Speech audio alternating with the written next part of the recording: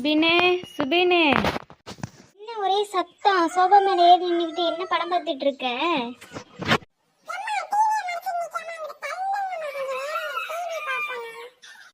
சுபினே, கொஞ்சம் சோபியை கொண்டு டியூஷன்ல விட்டுட்டு வாடா.